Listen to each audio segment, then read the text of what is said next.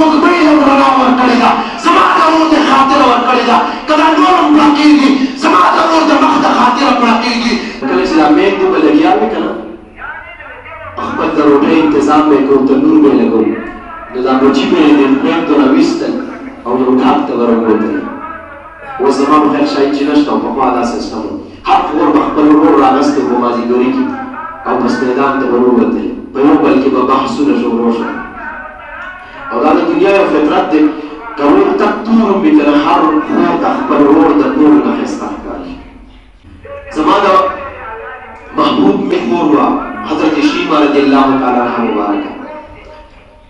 دا مبارکه هم د مازدیګري راوتله. مور بي چې کله به انتظام د کور کوو، روټۍ موټۍ به یې پخولې، ده به راواغستو، ټولې د بنو سعد د قبیلې ټولې جینکۍ به راووتلې او خپل ماشومان وروڼه یې به په غېږه کې راغستې وه. خون بېبي به چې کوم دی خپل ویو محمد صلی الله علیه وسلم ماشوم و که نه څومره ښکلی به و، راواغستو په غېږه کې به راغستو. ټولو جینکو به دا بحثونه کول چې زما رور د ټولو نه ښکلی دی، زما د رور مثل نشته دی. هر خور دا وایي زما رور خو د سپوږمۍ نه هم ښکلی دی. هر یو خور دا وایي تاسو زما د رور مثل پیدا کړئ که نه، که څوک وي په تاسو کې زما د ګرین په شان د څوک ښکلی شته دی.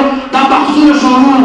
حضرت شیمه خپل لختې جګر خپل رور یې په غېږه کې راغستی دی، د دوو کونینو سردار یې په غېږه کې راغستی دی.